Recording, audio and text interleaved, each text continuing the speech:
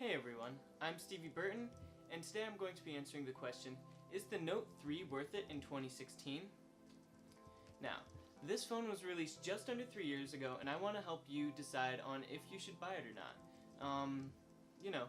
We're going to be looking at several different aspects of the phone, and I think the most important part of this phone is the price. You can find this guy on eBay for around 150 bucks if you look for the used ones. B plus condition. I bought mine in B plus condition and it looked great. Like, there were a few paint chips off of the plastic bevel, but I don't really care about that. I mainly cared about the screen, which was in perfect condition. So let's look at specs. So this phone, it has a 5.7-inch 1080p display at 385 or 86 ppi. It's still sharp and it still looks great, and overall it's a great display. This phone is packing a quad-core Snapdragon 800 processor at 2.3 GHz. Along with that processor, it has 3 GB of RAM. And although this processor is a little outdated, it still performs much better and lags a lot less than my HTC One M8. And I believe this is mainly to be because whenever I look at the task manager on this, I see that I'm always using over 2 GB of RAM, and the M8 only has 2 GB. So in that case, the M8 lags and it closes other applications because it doesn't have enough RAM to keep them open. Whereas this does because it has the 3 GB. It has that extra gig which allows for a lot more applications to be open.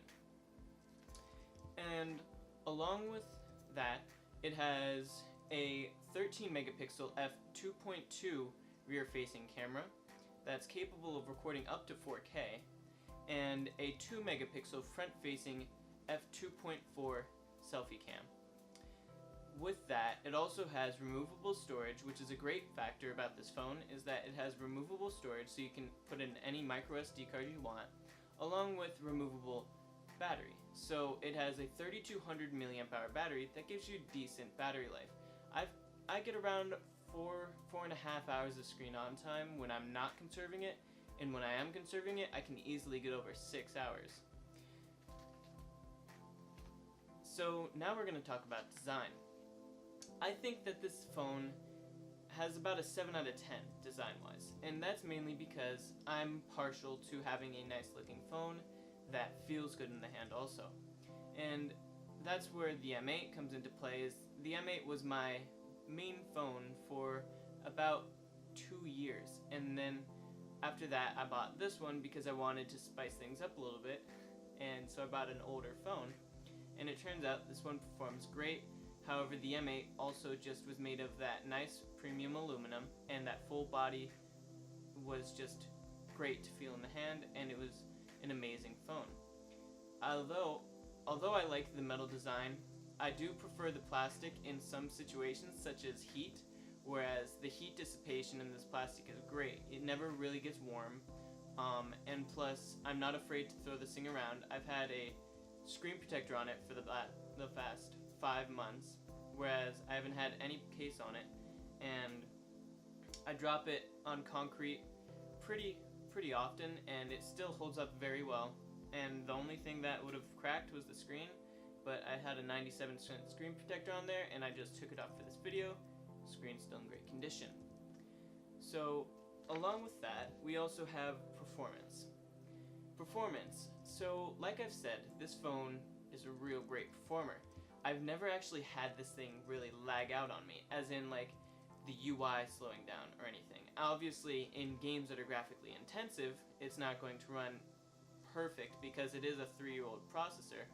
However, overall, just using the phone day to day, I've never actually experienced lag, and that I think is a great thing. That's awesome, because even on my M8, which is a newer phone, I experienced lag, and like when I had a bunch of applications open, the phone would generally just slow down.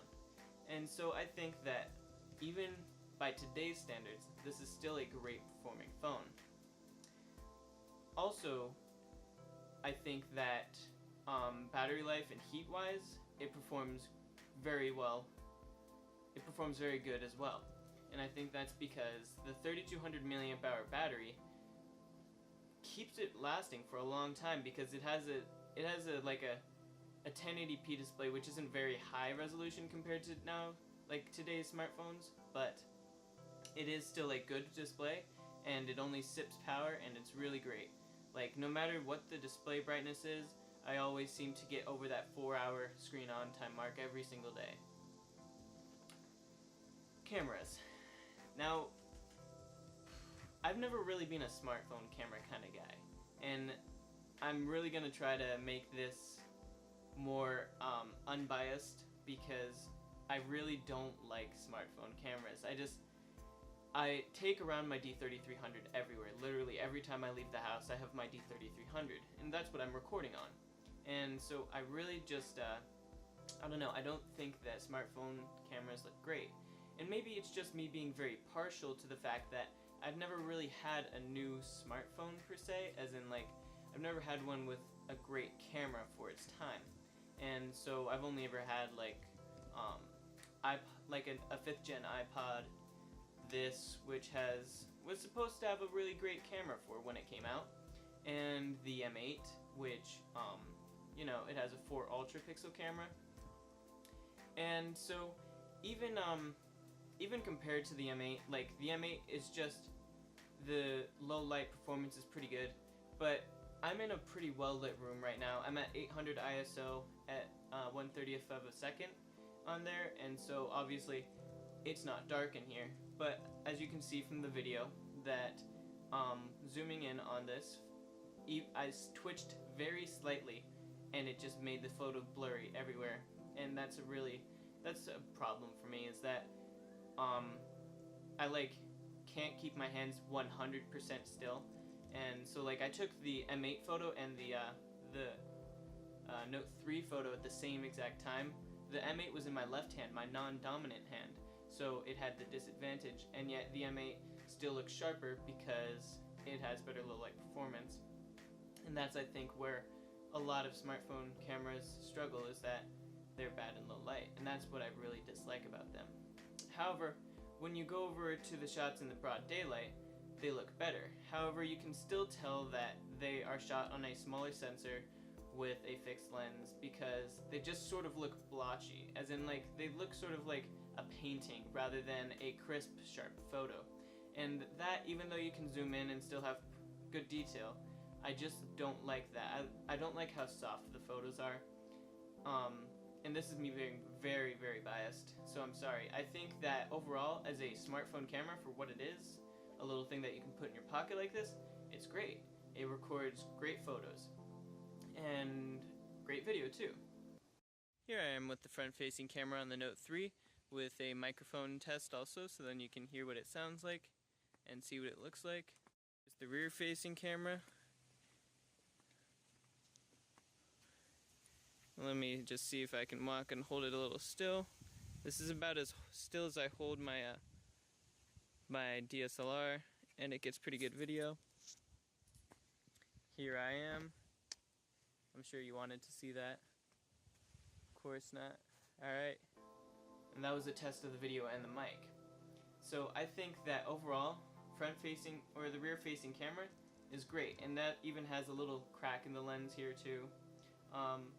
But good camera, and if you ever need something where like you're just at a family event or just anywhere really, and you just need to take a quick photo, smartphone camera is great. But if you're really looking for a camera, don't buy a 3-year-old smartphone. Just buy a point and shoot. You can buy them for pretty cheap, cheaper than even this, and you can get a good camera that will take great photos for a very cheap price. So if you're really looking directly for camera performance, then don't buy a smartphone. But if you're looking for something that is overall well-rounded as a phone and a camera, then this is the best you're gonna do for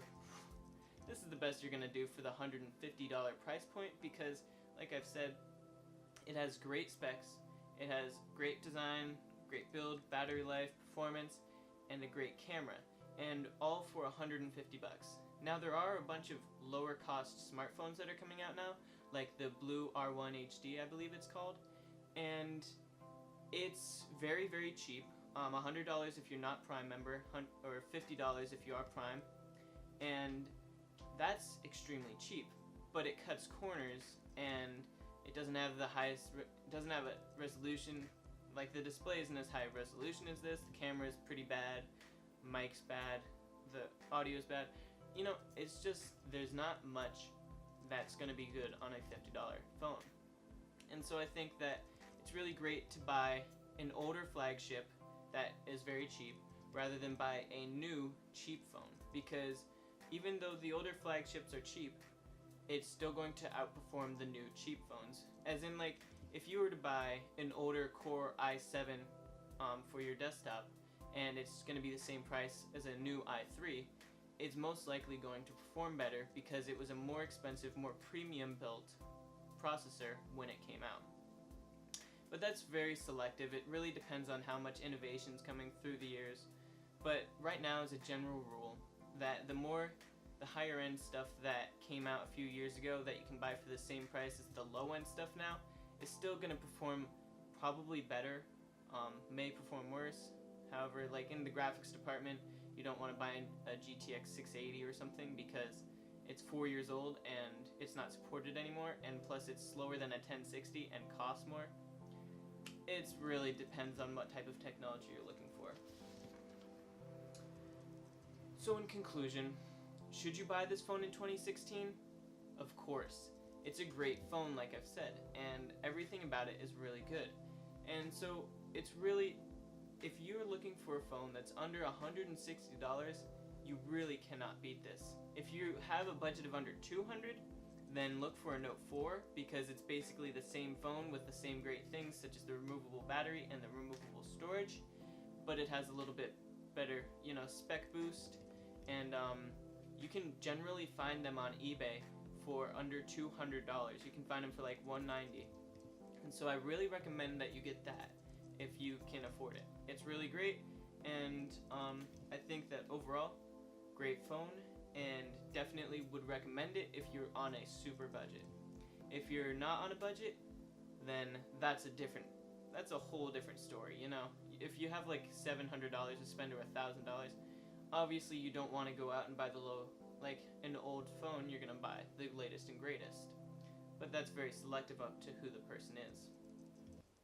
So even with the Note 7 that just came out, I think this is still a very attractive deal, because overall it's a great phone and it will do everything that you want, and it will do it very well without a hiccup. I hope you enjoyed this, guys. I hope this was informative for you and helped you a lot. I hope you guys enjoyed the video. Have a nice day.